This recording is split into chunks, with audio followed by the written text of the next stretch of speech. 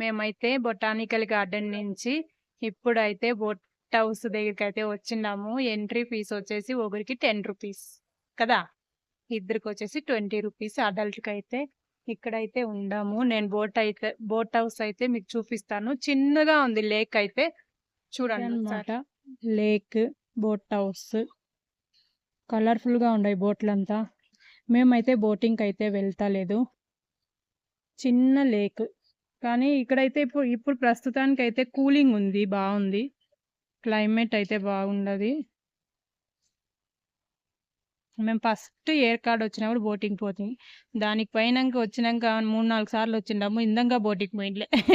వస్తాము, ఇటుకు వస్తాము, నిలుచుకుంటాము, 2-3 ఫోటోలు తీసుకుంటాము, పోతా ఉంటాము. అంతే కదక్క, అంతే. మా యొక్క చూడండి ఆడ నిలుచుకొని ఉంది. అది కూడా హ్యాపీసే. మనం కాకుండా వేరే వాళ్ళు బోటింగ్ చేస్తే కూడా అది మనకి హ్యాపీనెస్సే.